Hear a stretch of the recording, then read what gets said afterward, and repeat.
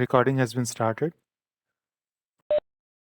Good morning, everyone in United States, and good evening to our distinguished guest who is joining from India. We are here for our monthly distinguished lecture series of the Council for Strategic Affairs. And today we are honored to have a distinguished speaker, Commodore Ranjit B. Rai. He will be speaking on rise of Indian Navy, technological advancements, and maritime strategy. Today is Saturday, January 28, 2023. A little bit about Council for Strategic Affairs. Council for Strategic Affairs imparts education in the field of international relations. The Council fosters discussion, dialogue, and debate on geopolitical issues.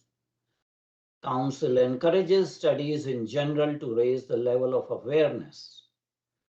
CSA condemns terrorism in all forms worldwide, and CSA aims to contribute towards world peace and prosperity. We have a monthly roundtable discussion on second Saturday of each month at 10 a.m. Eastern Daytime. And we have a monthly guest lecture by a domain expert on fourth Saturday of each month at 10 a.m. Eastern Daytime. The council also organizes symposia, meetings, and conferences. The council promotes publication of articles on geopolitics and related subjects. And we do have a summer internship program for college students. So you will be seeing our distinguished guest today, Commodore Ranjit B. Rai. That's his picture.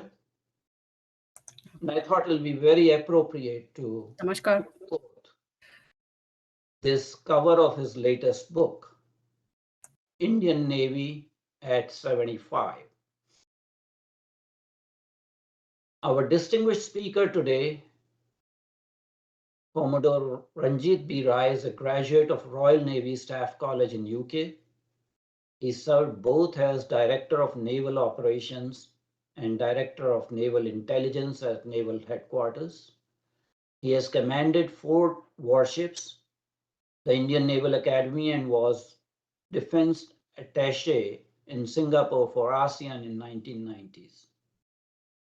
After reaching his zenith in the fine Indian Navy, he took premature retirement and attended shipping management course at IIM Ahmedabad and worked as India representative for USA's largest project shipping carrier, Waterman Steamship USA. He also took to media and became a radio and TV commentator. He was writing books and doing other activities, joined in the conference circuit on maritime and nuclear issues. And he was India Editor of Asian Maritime Review for a few years. He's married to India's best tourist guide, and he has 2 sons. And he is a speaker in various forums. He's called a storyteller by his grandsons for his many, many books. And as I said, the latest was Indian Navy at 75. He is de facto and de jure the official historian of Indian Navy. I am citing a quote from him. India's maritime geography in the Indian Ocean and Indo-Pacific is India's trump card for success in 21st century, for maritime security and India's blue economy. He is dedicated to the preservation of Indian maritime history. And I'm, proud to say that he went to such an extraordinary strength to start a naval museum in the basement of his house in Defense Colony, which is managed by Indian Maritime Foundation. So that tells you his level of commitment. For those of you who are joining as audience, this is Indian Naval insignia, the new one. A good navy is not a provocation to war. It is the surest sign or surest guarantee to peace. Teddy Roosevelt said that. So with that introduction, I will be inviting Commodore Ranjit Rai. A number of housekeeping rules before I invite him. I want everyone to be muted. Please mute yourself to avoid noise interference. Please change your cell phone settings to vibration mode. When our distinguished speaker is speaking, please do not interrupt him. Only those members of the audience who identify themselves openly will be allowed to pose questions. No anonymous questioners, please. All the questions are moderated and have to be sent through chat function. Questions have to be very precise and specific. We don't want another lecture by somebody purporting to be asking a question. And lastly, this program is being recorded and it will be available on our YouTube channel within next 24 hours. So without further ado, I will be inviting Commodore Ranjit Rai. But before I do so, I will be loading up his presentation so that you can see his presentation in the form of PowerPoints. So just give me a minute and I will be ready with sharing his PowerPoint presentation also. So I think you can see now his PowerPoint. And it is my distinct honor to invite our distinguished speaker, Commodore Ranjit B. Rai. Sir, the floor is yours. Please go ahead. Thank you very much, Dr. Aditya. Well, it's an honor to be with so many people who know so much more than me. But I shall attempt to tell you what the Indian Navy is about today. A naval lecture should start with sense of humor. Lord Mountbatten said, I will serve on any ship in any navy in the world except a ship which doesn't have a sense of humor. And so when a ship, HMS Kelly, after accidents, sank and half his ship's company died, the Admiral sent a message. What plans? Lord Mountbatten, who was a Captain D of 5th Squadron, said, to buy a farm, sir. I also suffered a little fate where a merchant ship went very close to my ship, damaged my bow. Not a single person was damaged. The ship was repaired, but I had to swallow my anchor. And so paths of life take you different. But anybody who has got salt in his veins, unlikely to lose that flavor, and without salt, no food can be proper. So as you have said, a big biodata for me, I'm looking forward to this lecture myself. It's so impressive.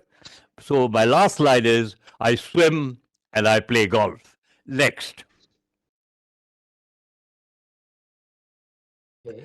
Well, the gist of my presentation, 75 years in 3 parts. The Royal Indian Navy began with the Royal Decree. The British king said, you have done so well in the First World War. You deserve, there were only no officers. You deserve a commission. And the Royal Indian Navy came into being in 1934. Well, from 12,000, they went to 35,000. And they contributed to the Allied victory, which Lord Mountbatten, as Supreme Commander, accepted the role of the Royal Indian Navy. But unfortunately, there was a mutiny, and Royal Navy's Admiralty, which you are in England, America, but England did not like it. They did not mention the role of the Royal Indian Navy in the official history of the Second World War Navy, except HMS Bengal, which sank Okemaru armed unit of Japan and made the other run away. So therefore, Admiral Avati and Admiral Nadkarni from Dufferin sent Commodore Oracle to London, and he wrote the book Timeless Wake. The deeds of Karmakar, the deeds of Soban, the deeds of so many sailors, because they were given a big reception in Bombay. But let's see the Navy. Got independence, it got halved into two. Pakistan got the good training establishments and ships. But the Indian Navy got two cruisers, Delhi and Mysore. And INS Vikrant in 1961, a baby country, had an aircraft carrier. Excellent flying they did. And then came 8 more ships, Brahmaputra class, Trishul class, Kukri class, from UK, brand new. Our officers and sailors were there, seeing how ships are built. They got salt of the Royal Navy in their veins. So that was our DNA. But who were these officers who took part in the Second World War? They were officers from Dufferin. And we got 8 ships, old ships. Navy became 50 ship Navy. And unfortunately, 65 war, government didn't know what to do with the Navy. So Shri Lal Bahadur Shastri worried about Indonesia because they wanted to take over Andamans, said, Navy, don't take part. Poor Navy in Bombay was made fun of. I happened to be commissioned in the 50s, so therefore I know how much fun the girls made of us. You are sitting in harbor having a drink while the country is at war, the Air Force and the Army sacrificing. Well, it left a mark. But then we decided that we don't want to join the West, so they blacklisted us. And when they blacklisted us, we had no option but to go to the Soviets. And our Navy rose. It rose so fast. I was part of it, so I know what it is. Ships, the Petyas came, the submarines came, and we were all ready. Therefore, in 1971, the story is in my book, that was the glory of Indian Navy, like the Battle of Trafalgar and some of the battles in the United States when they sent the British back, made the country. But it's a small Navy. And then in 2004 only, when the tsunami came, the Indian Navy was in our neighboring countries before the American Navy could even have meetings about it. Of course, the American Navy did a big job when the aircraft carriers came. So government woke up and said, there is a capability in this Navy, and therefore Prime Minister has coined Sagar, security and growth for all in the region. And the Navy is the vehicle, whether it is in Mauritius, whether it is Seychelles or Maldives, quietly doing their job. Now, the Navy started growing. Navy with design capability we'll talk about, the modern advancements. And please take my word, and Commodore AJ Singh's word if he's here on the chat box, that Indian Navy's technology, and I'll tell you how it happened, how Indian Navy's technology is almost on par with the top navies in the world. Next. But the DNA is important, so I go back. These were the ships we had, just think about them. These were the ships we had at independence. Mutiny, I've just told you about, and it was names which I will mention one by one. You can already read the names of the few people that you saw. Number 1 of Dufferin, Admiral Katari became the chief. Second batch, Soman became the chief. Karmarkar, and names like many others who were in the Navy, whether it's the Gandhis, Dayashankar, whether it is Kirpal Singh, Kulkarni, they were all part of this long Navy which contributed to this Navy. We have forgotten them. Baswan, Kulkarni, Kurvella, Inder Singh, S.H. Sharma, Avati, the young Navy, my attempt to tell them that that is your DNA. Don't forget the Dufferin. My training in the NDA was 3 years, but 2 years was Army, only 1 year Navy. So when I went to Naval Academy, I was able to train officers. 9 became admirals. They took me and my wife for a holiday. They didn't want to meet me. They wanted to meet my wife, who taught them the butter knife, plays, reading books, which is more important in the Navy than in the Army. Next. So let's go fast forward. Geography favors India. Panikkar said it, not me. It juts into the Indian Ocean 1,500 nautical miles. So its importance to democracies, USA versus China. Hence there's Quad, there's Malabars, Centrics. We carry in Malabar for the last 18 years a modem called Centrics. American officers and sailors come on our ships. They connect the modem with an antenna to the Pentagon, and our ships have the picture of the Indian Ocean wherever they are exercising, as Pentagon has. That is how Malabars are so good. Of course, we did our own Centrics later, but that is the story of Malabar, what it did to us, what it did to the Navy. I was part of that. Then we had Garudas, we had Varunas, Konkans with France, with the UK, and that gave us the knowledge of what those navies are doing, because we were already fairly competent, but technology was not with us. And then we signed the 4 foundational agreements. My God, Limboa. We didn't sign what America wanted to sign. We embedded them to our technique, our requirements. Limboa, logistic management. SISMOA, communications.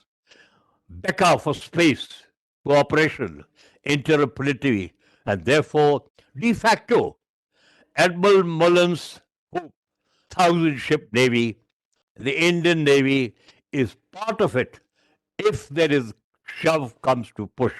We don't want to be a daily Navy, but this is the Indian Ocean where Indian Navy, I think, is predominant. It controls the 5 inputs into the Indian Ocean. Next. Well, it's rich. Exclusive economic zone, 7,516 coastline, strategic islands are here, and Malabar. These islands are actually launch strike pads like the Americans had in the Second World War. These are the things. And therefore, the Navy runs. They wrote a strategy. You cannot run any corporation without a strategy. They wrote a strategy to tell everybody and a doctrine. So even a junior sailor says, I have to do this. In Hindi, mera kartavya hai. He understood what he's expected to do. The chief and the PSOs could make an acquisition program and plan, and we got Jalasheva from America, $60 million. Old helicopters which are running today. So the Navy today has 134 ships, 200 aircraft. The Chief of Naval Staff runs a macro corporation. He has 5 PSOs who actually tell the people, his CNCs, this is your job. Delegation is given to them, non-interference. They have chiefs of staff, directors of intelligence of their own, and they carry out 6 monthly work. Every 6 months they meet in the commanders' conference, put up their hand, and can they say whatever they want, and that is open Navy. COVID did wonders to the Navy. Of course, ships were at sea. The Indian Navy went internet. Admirals didn't go from offices, didn't go to the office. Even today, I'm not very sure of what I'm saying. Even today, all senior officers in their homes can get onto their laptops, see the latest signal, and after coming back from a dinner party, if there's a signal for action, he doesn't have to wait like other countries to go to an office to give the order. He can do it that night. So I have a feeling it is a pretty interneted Navy. And we got GSAT-7 satellite. Next. Now I've talked about capabilities. You know what we are supposed to do? A benign role. In that benign role, we've got the Coast Guard. 154 platforms, 78 aircraft. I want to say in Naval Academy, I trained 3 Director Generals. And therefore, I'm very close to the Coast Guard even today because they are silent workers. They say, sir, we don't have guns, we don't have sonars, we don't have the worries that you have. We run ships and we do search and rescue, constabulary, and last year, 15,000 crores of contraband they caught. So the Coast Guard, we help them, the Navy helps them. Sorry, the Navy doesn't go out of me. If I say we, I still believe I'd love to be a sub-lieutenant in the Navy. And then we've got the diplomatic role. The tsunami proved it to MEA that the diplomats can be big people if they have the Navy on their side. So we've got 6 officers in the MEA today and military. Building, let me jump to the shipbuilding center in Visakhapatnam. The nuclear submarine design was bought, but it is redesigned and nuclear submarines are built there. Aircraft carrier and nuclear submarines are the epitome of shipbuilding. We may not be able to build the 100,000-ton ships that America builds. Look at the GDP of America. Look at the GDP of China. Look at the GDP of India, the naval budget. But it builds nuclear submarines and aircraft carriers. Technology, I didn't believe it. INS Betwa turned upside down while she was being floated. Something went wrong. The dockyard did not calculate the weights. And when the water came up, she tilted over. And everybody in the world said, Navy has lost a ship. Do you know, Naval Dockyard put this back and she is operational. So how much faith can one have when you see an item like this and a retired officer who follows the Navy even today looked at this achievement that they put an upside down ship back. And then we decided we've got submarines, they're underwater, what do we do? So they have got Neredis French underwater antenna to talk to them underwater. For that, you had to set up an extra low frequency thing. United States helped us, and therefore I begin to talk of technology because it is the forte of the Indian Navy. Next. Now, we've already talked Navy, tsunami. So therefore, we have learned how to come to the aid of any country near us. The Air Force flies in equipment, Army joins us, doctors come on board, equipment like generators come on board, and the ship is on its way to give assistance. HADR, human assistance. Then search and rescue, I told you about Coast Guard. I won't elaborate to professionals like you. Evacuations. In my book, you will learn of every 6 evacuation from Libya or Beirut or wherever Indian Navy has carried out, even from Libya. And so there is a diplomatic role. And I told you 7 officers, 1 is Coast Guard, 6 are Indian Navy, are in the Ministry of Defence and Ministry of External Affairs, telling them what is maritime work, because unless you have salt in your veins, you cannot possibly be able to understand how ships run. I don't think I would have gone very far in the Navy, because today the competition is seagoing report. If you don't have a good seagoing report, you are not. Previously, staff officers, people who were good to admirals, who could talk well, who did not do much sea time, promoted. Today, my God, I've seen my wards grow up. Only those who had sea command, salt in their veins, today are admirals. Of course, I respect the others also. They've gone into industry and are doing very well. An example is with us today, a Commodore doing very well. He's helping the Navy with equipment from abroad and converting it into Atmanirbharta. So you can see pictures. Next. Well, Indian Ocean is a very big ocean, but Prime Minister Manmohan Singh, goaded by Mr. Armitage from the United States, told him, you must make the Indian Navy the net security provider of the Indian Ocean.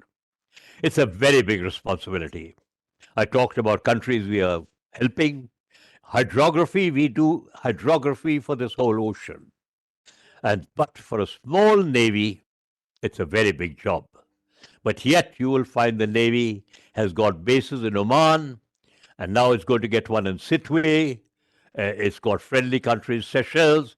Our Coast Guard has been in Mauritius ever since I was in the Navy, and therefore, net security provider is a natural task of the Navy. In COVID, we brought back so many Indians. Ships were running up and down, including Jalashwa, which was USS Trenton. The Americans never thought we'll run that ship for 20 years. Well, they had put it into the FMS. She's still running, and we know the role that she can do. She would not go to war, but when you want to put 1,000 people on board and you got helicopters, she's the ship. She's the ship. Next. Of course, to understand, we must understand that everybody, whether I'm a family man or a friend or a company, you must know your primary area of interest. And that should be your concentration 24/7. Pakistan, which has China, Gwadar, Hambantota, Djibouti. These are your primary interests. Don't lose it.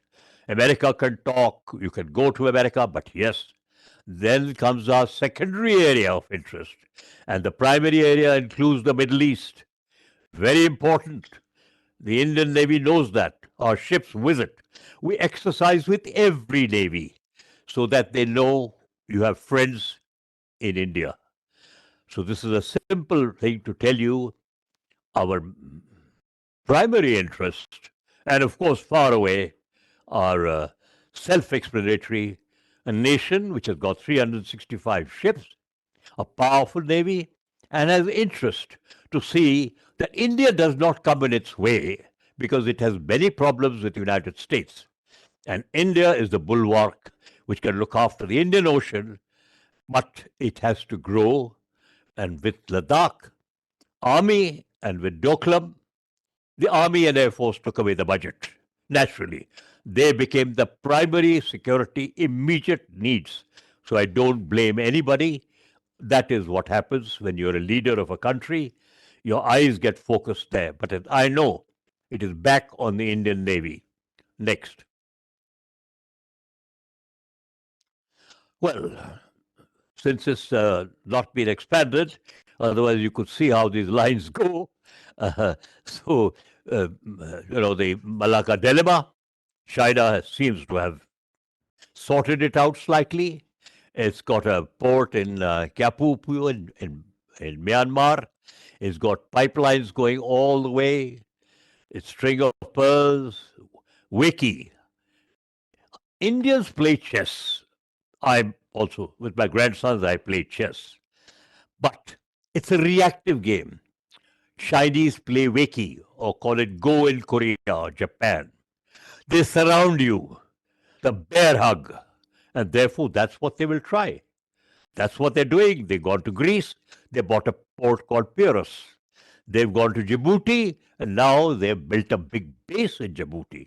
Now they're giving economic cooperation to Djibouti. What is going to happen in Pakistan? I don't know, but nations like Pakistan survive. They have means to survive. They have nuclear power. United States will try as much to defang their nuclear power, but they are also intelligent people. And therefore, this is to show you that if my presentation become big, these arrows go all over the place, but we have long eyes. Indian Ocean is still our primary area of interest. Next. Well, let's come to the Navy. Firepower, because we used the turbot missile, the P-15. Then we went to the Uran from Russia and mastered it. Then we went to Klub. Submarines were firing Klub missile. Study that missile.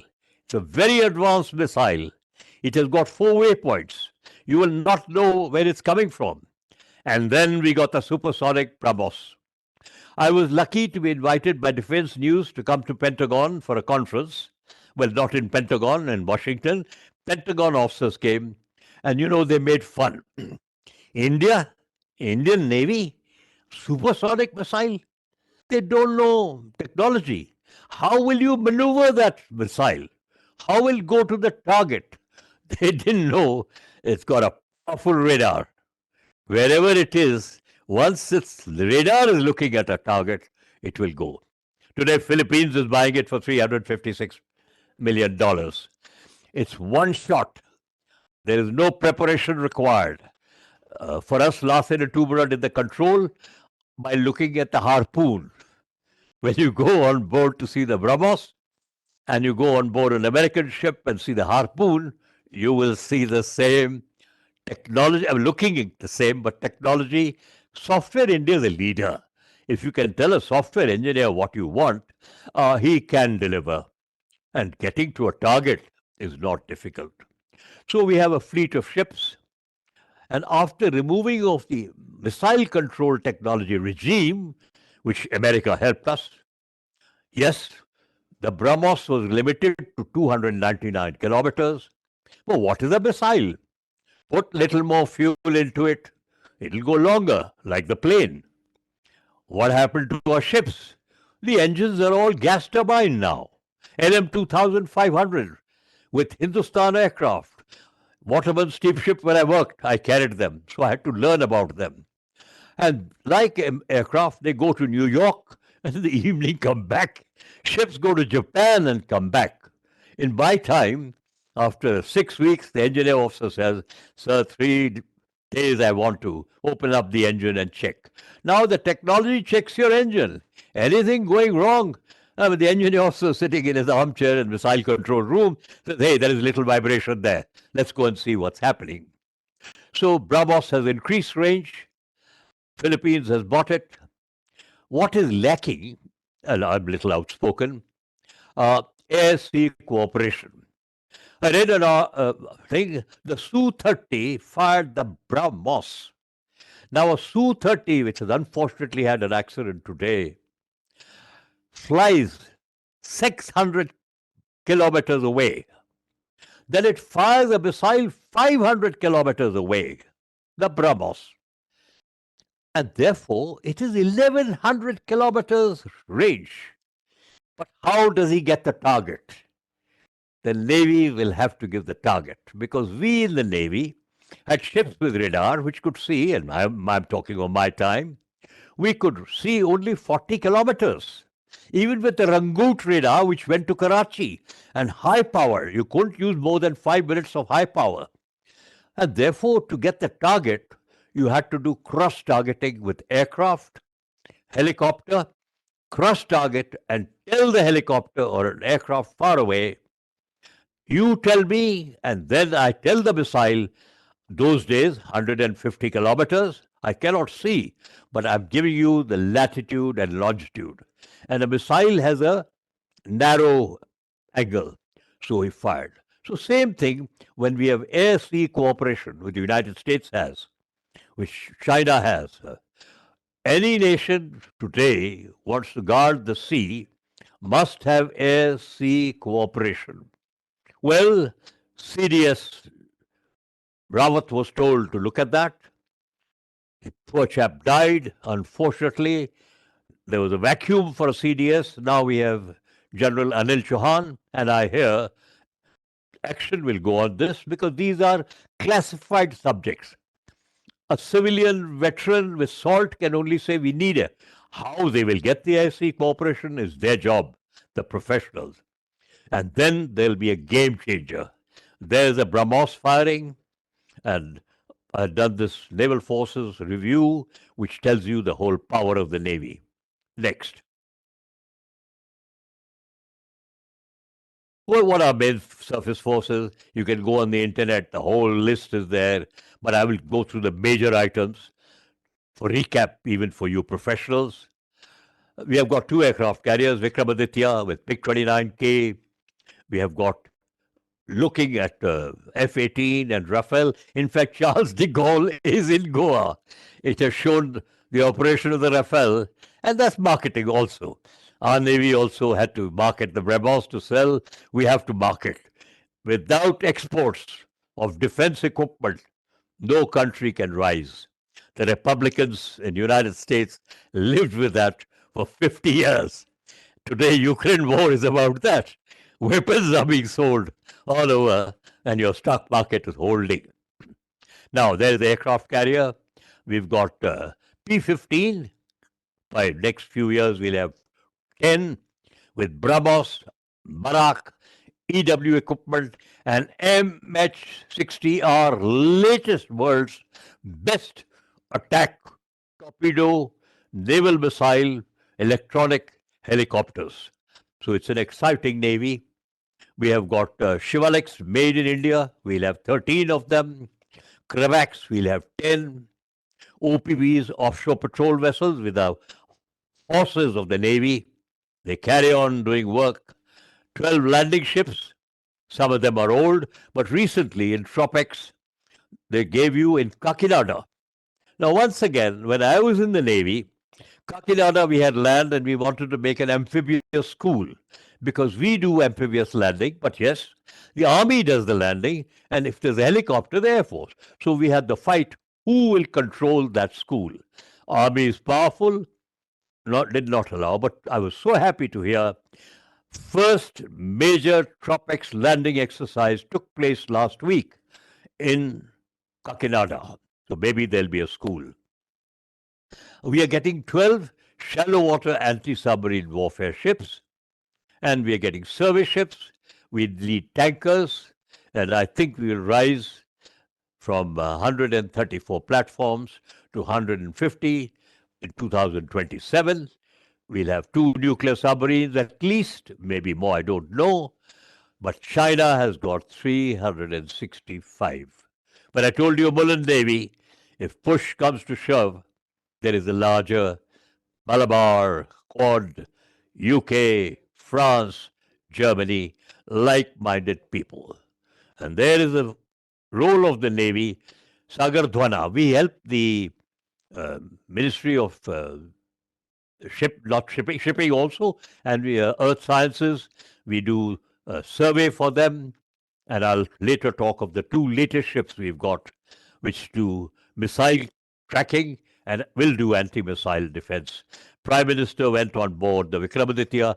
He saw in monsoon MiG-29K flying, and media reported the smiles they've seen the Prime Minister give. He seldom gives good smiles. They were very good smiles that day. Next. Air assets. Our Indian Navy aviation has come of age. It has got these P-8I. Now, those of you who want to hear the story, American Navy tried to sell us Orion, P3 Orion, PC Orion, PC Orion. The Navy said, no, that's an old aircraft. So Boeing called them, Mr. Lal, and they saw on the drawing board P-8 of the American Navy. 737, they said, we like the aircraft. India has hundreds of them, no problem. They saw the Orion equipment on board. They said, we like it. Then they saw the radar and said, we like it. So they said, we will order the P-8I. He said, but it's not ready. He said, don't worry, we will watch it. And naturally, Boeing said, we will give it to you. Today we have 12, 4 in Goa, 8 down south in INS Dega. They cover. They even went looking for the Malaysian aircraft which went down. They take part in exercise in Japan. They take part in the Middle East. They take part in every exercise up to Australia. Then we have the MH-60, which I've just talked about. We have got the old IL-38. Day before yesterday, I was doing the commentary for the Republic Day. First time the IL-38 came, there was a mist over Delhi, but this aircraft can fly in blind weather. It flew over Rajpath. There are the proud wives with the MiG-29 behind it, with all the weaponry, the KH-35, the rocket pod, the missile, and there are the aircraft flying over the aircraft carrier. I'm sorry, this is not an expanded view, but you can see the gist of what it's all about. Integral air assets coming of age in the Indian Navy. Next.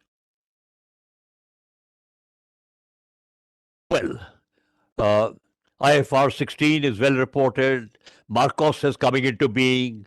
We have a DSRV, two of them. They are fitted on two merchant ships. Fabulous job by the Indian Navy. And we have demonstrated to the neighboring countries that if you have a submarine accident, every country's got submarines now. Singapore, Malaysia, call it Myanmar. We've given one loan, Sindhu Kriti, I think, to Myanmar. Vietnam is doing a great job with the Kilo class submarines we have. So we are there to help all these countries should they need help for any emergency, or if their submarine is in trouble, we can send our DSRV to help them. Like we had a contract with the United States, we paid them every year. Now we've come to the ships back again. Next. Next. Well, submarines, we've got Kilo class, 8, Scorpion, 5, one commissioned, one they say will be commissioned early next year or middle of next year. We've got 4, 2 made in India in Mazagon Dock. That was a sad story. Because of corruption, it stopped construction.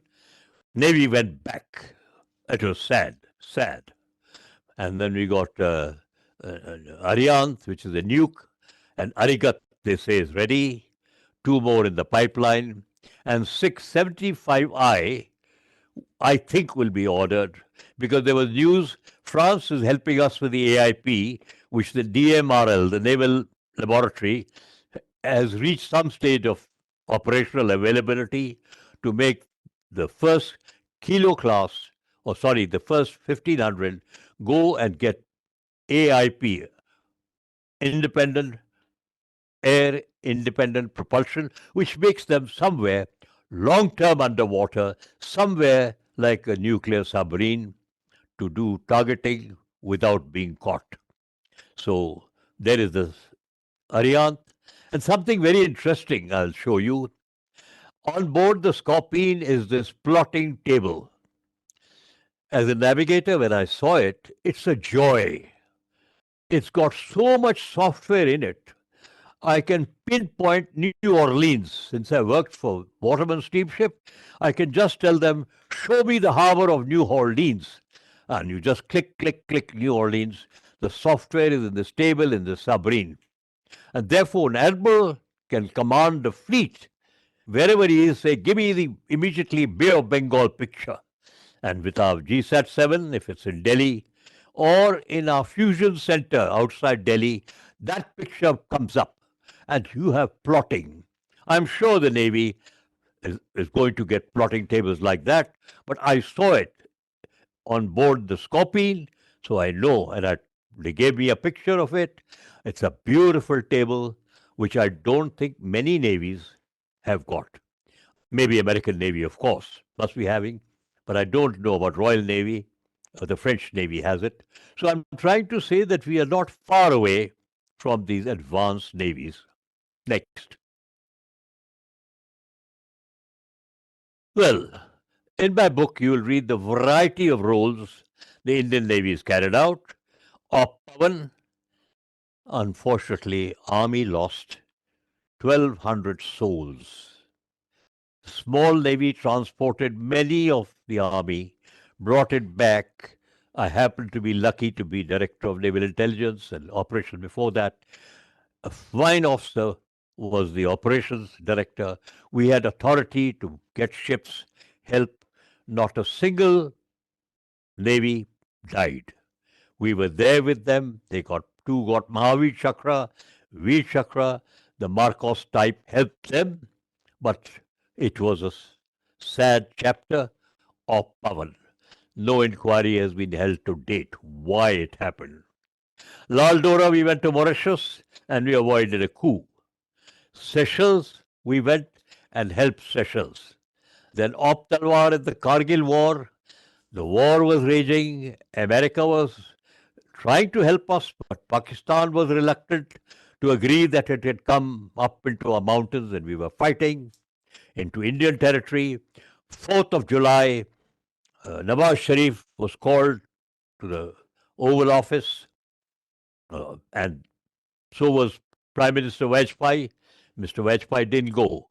But President Clinton told Nawaz Sharif, if you don't get back, the Indian Navy is going to give you a blockade. You will not have a drop of oil in your country. And that is possibly what is happening in Pakistan now without Operation Talwar. So there are operations to be learnt about. And now we go to the next and second last slide. Tropics. One of the biggest exercises the Navy carries out with the Army, the Air Force, and landing I talked of, and carries out, takes the Air Force and shows them what the Navy can do.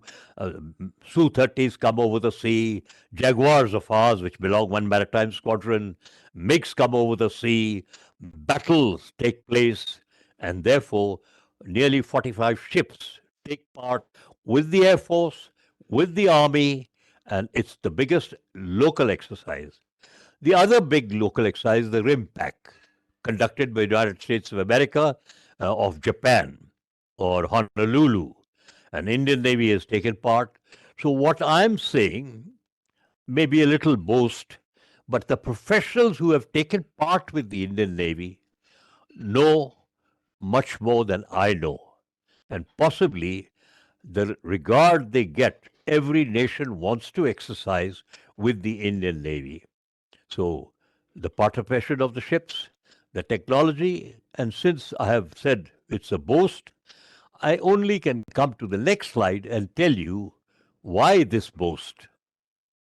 We have an organization called the Weapons Electronics System Engineering. The brightest officers of the Navy, technology-wise, said, okay, old chap, you will not go to sea. You joined this organization because you're a technologist. An officer there can go to TCS, Tata Services, if they accept him, and do 1 week of software and work with them, solve Navy's problems. Every officer in the Navy, technical, is a technical MS graduate, Master of Science in a naval discipline. That is how he rises. Then we have our own design team. Very few navies have a full design team. They lean on Boeing, they lean on the Westinghouse, they lean on other companies, naval ships at Newport. The Navy helps the shipyards to design, the constructors. We have officers in all our constructor colleges. Then we have the DGND, which is the Design Directorate with submarine design, which they have been to Quebec, they've been to the United States of America, they have been designing the submarine, the nuclear submarine, and so they design ships. Of course, few foreign companies have also partnered with Indian designers, and therefore some of our training ships, etc., are being designed that way. I'll come to that. The DRDO has come of age. It did not have much naval expertise, but the sonars, when we told them, here is a sonar, here's an EW system, here is it, they helped us. And when you come to Westsea, you walk in, you will find a DRDO girl there. She's so happy to work with high-level technology, where if I go, I'll be lost. It's all software, it's all technology. Therefore, we were the first to get ISRO to make GSAT-7, and the Navy is on the satellite world like any other country, where the Chief of Naval Staff can talk to the commanding officer, though he would not do much of that. But he has sent a picture to any commanding officer, and with link 1, link 2, the big ship can send it to the small ship. So that is called maritime domain awareness. And there's a lot of talk in the Indian Navy on maritime domain awareness, which I told you started with Malabar and the Centrex. The picture in Pentagon now is replicated by them. We learned from Singapore also, where we saw the 2 fusion centers in Singapore.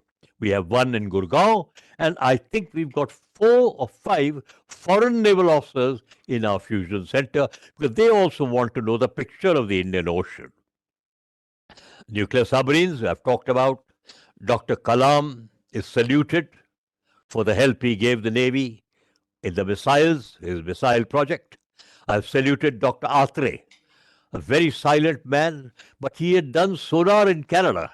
So when he came as the head of DRDO, he was a Navy man. He had commanded the Naval Physical Oceanographic Laboratory in Cochin. We used to see him as a civilian and said, oh, what does he know about the Navy? He supported the ATV nuclear program. But some people don't boast, and they go away without boasting. So he is, unfortunately, I'm boasting a bit. And universities support us now. Israel has given us a lot of support. Singapore has given us a lot of support. Symbexes and US has given us a great amount of support after we showed them how we could help them in the Malabar patrols. We could show them in the Malacca Straits. When you had the big attack 2611, the Indian Navy volunteered and said, we will escort your merchant ships. And then the Cactus, then connection started. So Navy brass selected the best equipment because of the background I told you. If I was told to equip Navy and I was not qualified, I would look at A, B, C, and like I go to the market. No, they were technologists who best equipment like Brabos. The Americans were saying, buy Aegis radar, Aegis radar. America's rich. They transport one item and put the other and say it's working. We are repairers. So we went for something called MF Star, which you would see on our ships. The MF Star is a combined radar. It controls the barrack. It gives you the target. It gives you the air picture. The MF Star is now on all the big ships, including Vikrant. And Scanter, we had the Garpoon B Russian radar, which I knew, but then Scanter radar with Indian collaboration is now replacing Russian radars. Like Indira is replacing the air radar. Built, I think, Scanter is with Tatas and Indira is with DRDO, or their 2 radars. So the air radar is now Indira. Naval officers are all running these companies in India, or they are number 2s in these. Well, Symbexes, 28 of them. Singapore Navy is nothing not to be scoffed about. I have worked with them for 4 years when I was the defense advisor. They are professional, they have equipment. So we have learnt with them and they have learnt from us. The Quad. Systems integration has been done now between DRDO, VC, Indian Navy officers. Otherwise, you used to spend a lot of money to get outside. After refit, to get foreigners, pay them huge. We can do the data links, number 7, link 1 and link 2. Information security and COVID helped us. So we are very interneted, I presume. 39 ships are on order, and must be many more plans if we have the budget, which will be announced on 2nd of February or the 1st. But I must tell you 2 ships. INS Drop, Indonesia's and the local company with a foreign collaboration, missile tracker ship. ISRO uses it to track its satellite missile firing. It goes when you see a notice to Mariner. They are in that area tracking missiles. telling us what's wrong, a BrahMos, where it went, whether it went, whatever it did. And then there's a ship called Anvesha. A Cochin shipyard has built both these ships. They happen to have a managing director who's first non-naval officer. He has got a lot of experience. And we had the Darshak, the first ship, electric engine. He has put in Anvesha electric engine. So it is going to be the missile destroyer. It's carrying out trials like you in the American Navy have the Standard missile. When it gets information that a missile has been launched, a ship fires a missile, American Navy or any foreign Navy, we are trying to approach that picture. And therefore, I'd just like to say in concluding remarks, it is always good to tell you the clearer picture. There will always be doubts. Some Russian equipment you will hear is not working as well as it should. You may hear of another thing. But what I've tried to tell you, that when the Indian Navy has a problem, it puts its shoulder to that problem and tries to do the best. It can teach many things back to a supplier of a ship. Happens in Russia. Russians, when they saw us operating our Krivaks and built the Shivalik, they learnt a lot from us. And therefore, it has been my pleasure, absolutely, to talk to you, to be a little boastful, not for myself, but for the Navy of the country, the smallest service, but lot lies on their shoulders in the 21st century. Thank you very much, Dr. Adhya, for giving me this honor. Thank you very much indeed, Commodore Ranjit Rai. It was a fascinating story, starting from 1930s, the World Wars, and how Indian Navy has risen. It was highly educational, informative, and morale boosting, I must say. And I think you, as naval historian, have given us a bird's eye view, about Indian Navy, its technological advancement, and its tactics and strategies to deal with current geopolitical scenarios, especially in Indian Ocean region. So we are ready for questions, and I had requested that people put questions in the chat box. So we do have a question in the chat box from Dr. Vineet Singh, who is actually based in Canada. Dear sir, can you comment on India's strategies to counter growing Chinese influence aggression in Indian Ocean moving forward? Well, it's a very, very pertinent question. You know what happened in Ladakh. So, what has happened? China has got creep tactics, and it believes in Sun Tzu to win without war. So, I think a strategy will not be alone with the Navy. The strategy has to be a governmental strategy.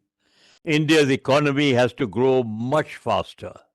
Our reliance on China has to reduce. And today we have to admit, even though our exports are not much to China, our imports are going up. But I have tried to explain to you that should the Chinese Navy do anything untoward to India's national interests in the Indian Ocean, then I think they will have to think twice. And I think the Indian Navy, what I tried to portray, has missile power, technological power, not to go to South China Sea, etc. But for the Indian Ocean, they seem to have a fair grip. They've written a strategy, they've written a doctrine, they have been issued war orders, and maybe, like in the 1971, Admiral Nanda wrote the war orders. And those borders were just open, and ships went to Karachi, aircraft went to East Pakistan. So I'm sure, like every country, classified orders must be there, but we can have the conviction that if this is the state of the Navy, surely Indian Ocean, our own immediate nation around, we are looking after the nations there, except Pakistan. We are giving a big loan to Sri Lanka. We are helping Bangladesh. So that all comes into the overall strategy to meet China. I'll go on to the next question. Thank you, Commodore Rai. The next question is from Ankush Bhandari from Team CSA. It's in the same direction about China. And the question is that China has this string of pearls strategy, and India have an alternative diamond necklace. Which one is better strategically? Well, China's string of pearls and BRI is money. And therefore, I don't know, India's is friendship, genuine help when you need it. So I'm going to weigh, sir, whoever asked me this question, what does it do with Pakistan now? Because India has helped Sri Lanka, $4.5 billion. They didn't have oil. So Sri Lanka is managing till IMF gives support. So you can take the weighing scale, whether the string of pearls will last out longer, or India's diamond in Oman, in our friendly countries, our Coast Guard in Mauritius. Well, it's competition, but I'm not an expert to say which of the two. But we have a strategy, and it is in place. Thank you, Commodore Rai. I go to the next question, which is from Dr. Minarul. And the question is, has there been any significant improvement started taking place in India's maritime strategy since India's first naval maritime security advisor has been appointed only in 2022 after a long pending demand? And you did refer to it. Well, thank you for that question. You see, strategy is a continuous process, as Brzezinski said. You have to see the circumstances under which, when India was poor, luckily the Navy did manage to make itself 50 ships. And therefore, our DNA is strong. Today, our strategy is not wide, but our strategy is to our primary area of interest. You cannot imagine, I've tried to write it in my book, how much evacuation we carried out. We even evacuated Pakistanis, Nepalese, whoever came in Lebanon, in Beirut, Israel, wherever, whoever came. We, from the islands, we extricated them. So I'm sure this is the subject. We have got a great team. I've put down there actually Admiral Ashok Kumar, a Vice Chief of Naval Staff, is now a Maritime Security Advisor. And I'm very happy to tell you that in India, except this unfortunate social media which is goes blurred, these Navy, Army, Air Force are very good and tight-lipped about what is their plans. Having been Director of Intelligence and Director of Naval Operations, I know how important it is that Ranjit Rai cannot tell you the insights and should not. He should be able to tell you what is in the media and to build your morale. Beyond that, the task is theirs. But I hope the picture tells you, and I think Prime Minister Modi is a great leader. He goes all over the world trying to say this. He tried to be friends with 18 meetings with Xi Jinping. But the Chinese have their own way of working. And today you can see that China has less friends and is living on BRI and money. But friendships are reducing, but we are dependent on their money and their technology for the time being. Vietnam has played a great game, I believe. A lot of companies have moved. India, we're looking forward to the budget where we can attract more Make in India. Thank you, Commodore Rai. The next question is from Mrs. Chitkala Akela, who is based in Avon, Ohio. And the question is how the naval veterans in India, like you, are contributing to educate the next generation and how they tag themselves to understand the present generation. Thank you very much from Holland. You must know, uh, you helped us with radars. When I commissioned Nilgiri, the radars and the systems were from Holland, but then you sold it to Naval Group. So you sold it to France, from Canada to Holland. Commodore Ajay Singh is Vice President of the Indian Maritime Foundation. Commodore Rajan Veer is the President. We have a group of retired officers who tried to get the merchant navy and the Indian Navy together. Because we believe a nation's maritime strategy is not only dependent on the Indian Navy, but on mercantile marine. I have tried in my own little way and tried to do a bit by writing a lot about the Indian Navy, the wars we have fought, and my latest book, which by God's grace on Amazon is doing okay, selling more abroad, I see that. And so, yes, the Indian Maritime Foundation, Pune, Indian Maritime Foundation, Delhi. I'm running a museum. Unfortunately, elders don't come, children come. And so, in my book, The Last Pages, please come. You're far away, because I learned that the man in Germany had a small museum. Slowly, the helped him, and now the hotel is run on a museum in Hamburg, because Indians don't have a museum culture. We don't. We have Mahabharata enough to Ramayana and other things to keep us busy. But foreign countries respect a museum, and I must say, the Minister for Culture, she inaugurated the museum, has given a beautiful gift. The Chief of Naval Staff has given a big ship. Admiral Dhovan has given another beautiful ship. I've got Mysore there. I've got Brahmaputra. I've got Vikramaditya. I met the commanding officer of Vikrant. He promised he would send me a model. But children come and get excited with aircraft carrier. They just get excited when they see an aircraft carrier. Thank you. The next question is again in the same direction, although you have partly answered it, but I'm going to read this question from Girish Sharma.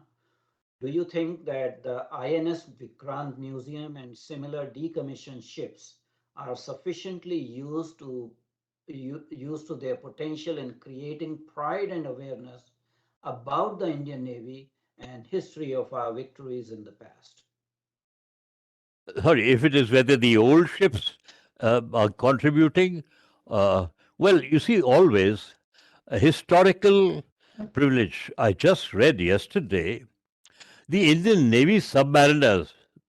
I don't know, Ajay Singh, did you go for the get together? Yes, sir. I believe they were 90-year-olds, and they got together because the submarine branch of the Indian Navy, to my mind, is a more professional branch of officers than we were. Today, maybe it's same, but so therefore, you're actually right. The previous history of ours is definitely going into the younger generation. And I can see that all companies in India who are manufacturing defense goods, whether they be Army, Air Force, Navy, a lot of naval officers are there. And therefore, certainly, please be assured that the technology that the naval officers get and when they retire is being passed on, I'm sure it is. Could I just add a word to that, if you don't mind? Please go ahead. This question is particularly related to this question about INS Vikrant Museum. Unfortunately, when Vikrant was decommissioned, it was India's first aircraft carrier. It did a great job in the 71 war. We wanted to convert it into a museum. The Navy ran it as a museum for many years. But for some strange reason, the powers that be at the political level sort of didn't let it finally become a museum with all kinds of objections that pollution and where do you berth it and whom does the water belong to and how will you man it. And I think it was a shame that we did not, we allowed that ship to wither away and be sold as scrap, because these are the things which inspire future generations. Fortunately, on the East Coast, in Vizag, we've put a submarine on the beach in exactly the same state it was in when it was an operational submarine. So you can actually go inside a submarine and walk right through it with people explaining what equipment was where and how does it work. And it is I was very pleasantly surprised. By the way, I commanded that submarine in '94 when it was still operational as an Indian Naval submarine, INS Kursura. And it's wonderful to see there are queues running at least, about 400 to 500 meters long of people wanting to go inside to see the submarine. And it's very, very gratifying to see that. And now, bang opposite that submarine, they've created a Tu-142 museum. Tu-142 was the Russian aircraft which we used for many years for maritime surveillance and anti-submarine warfare patrols in the air. So now they've created a Tu-142 museum across the road where they've literally, through photographs, through equipment, explained what the Tu-142 did. So I think it is coming in slowly, this maritime awareness, but we need to step it up a bit, definitely. In fact... Perfect, AJ. Yes. You put the full picture there. It's coming. It's coming. Thank you, Commodore Rai and Commodore AJ Singh, for your, taking on that particular question. There's one question that I will ask in my capacity as the moderator. Commodore Rai, you did talk about, Indian Navy and Indian Merchant Navy, cooperation. In 2009, when Hu Jintao was Chinese president, by a presidential decree, all the China's merchant naval armada was retrospectively dually fitted so that they can be used for combat operations. Now, considering that plan is going for TSN concept, and they are rapidly approaching that, is there any advisability for government of India to pursue that kind of cooperation between Indian merchant marine fleet and Indian Navy? As I said, we have been rather neglectful on mercantile marine. You will be very, very shocked that we are paying a large sum in dollars because 80% of our imports from sea come on foreign bottoms. It is not good for me to go into details, but because I served 12 years for a shipping company as their representative in India, an Indian officer serving on a ship, if he spends more than 3 months in the country, means he comes in and out of a port, he pays income tax. While months he doesn't pay tax. So it's a very complicated question you have asked. It is up to the shipping ministry to begin to think of salt and to think of economics. But there was a period of corruption in India where we tried to make ships in India. If the Indian Navy can make warships, why can't we make merchant ships? China overtook. China learned from Japan and Korea. And therefore, today, they are the number 2 shipbuilders, the number 3 shipbuilders in the world. And therefore, they were very clever that even when shipping went down, they used those industries to industrialize their whole country. We have to have a wave like that. We have to. Again, if I may just add a point to what the Commodore Rai said, sir. To your point about whether we have dual task ships, whether we can use our merchant ships in war. There is a concept, it's called STUFT, ships taken up from trade, called stuffed. So we have used merchant ships to carry troops, to carry supplies in war. And that is why it's important that we must have our own strategic merchant marine capability and not be dependent on foreign ships, as Commodore alluded to. If you remember, he mentioned something about Kargil, that during Parakram, we actually, the threat of blockading Karachi actually brought Pakistan to its knees. And the reason for that was because Pakistan owned only one tanker. So if foreign ships had started coming to Pakistan, they would have run out of fuel because they had no ships of their own to bring their rations or the fuel or their supplies or their trade. And that is a very, very major vulnerability. Even if you remember 2 or 3 days ago in the newspapers, I don't know whether the American press covered it or not, but the Pakistan Ship Brokers Association gave an ultimatum to the government that if you don't pay us now, all foreign ships will start coming to Pakistan with trade. Now, that's a great major vulnerability, which means that if trade stops coming, every country has a strategic reserve of 7, 10, 15, 20 days. That's about it. What happens after that? So it's very important to have your own strategic capability, your own shipbuilding capability, your own strategic capability. So I think that's a very valid point you've made, and I think it's very important. I am highly thankful to Commodore Rai and Commodore AJ Singh, for being here with us and trying to educate us and inform us as to what is going on with Indian Navy. Just as using my prerogative as moderator, I would like to highlight, and I really want to highlight for the younger generation, that India had a big ancient naval tradition starting from the time of Chola Empire. What we call today is Indo-Pacific was under the strategic influence of various Chola kings, and at least in 3 distinct waves, they had gone up to as far east as Philippines. And you do find naval and other artifacts all over Southeast Asia. Cholas have very big influence in Sri Vijaya Empire, which is based in current Indonesia kind of thing. So we had a big naval tradition. It's not that we didn't have a naval tradition, and we didn't start with the Royal Indian Navy in 1934. It was started like in 800, 900 AD, Indian naval tradition.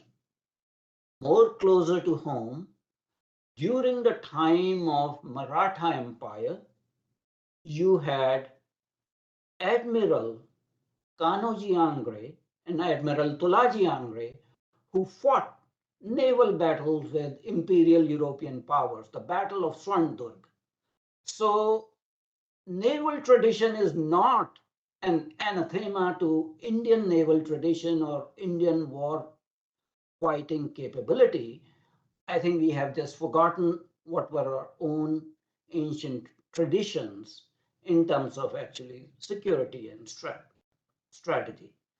The last comment I will make is, if you look at etymology, the word navy comes from a Sanskrit word, which Westerners will make you believe came from a non-existent hypothetical language called Indo-Proto-European language, but it is from Sanskrit word now.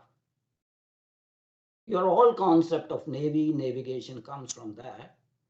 And if you today go to Indonesia and Malaysia, the languages are Bahasa Malaysia and Bahasa Indonesia.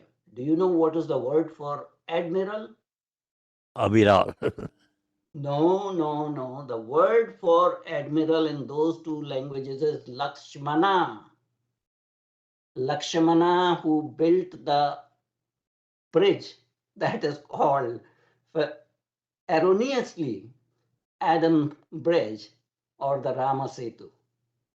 So they honor Lakshmana as the word admiral. You go into any naval museum, any naval artifact, the word Lakshmana is equivalent of admiral. So we had traditions which we actually gave up under whatever, but time to rise is now. Very thankful to Commodore Rai and Commodore Singh. We would like to have you again on our platforms. I'm also thankful to Team CSA, Mr. Pachori, Mr. Rajiv Verma, Mr. Ankush Bhandari, who helped me create these programs.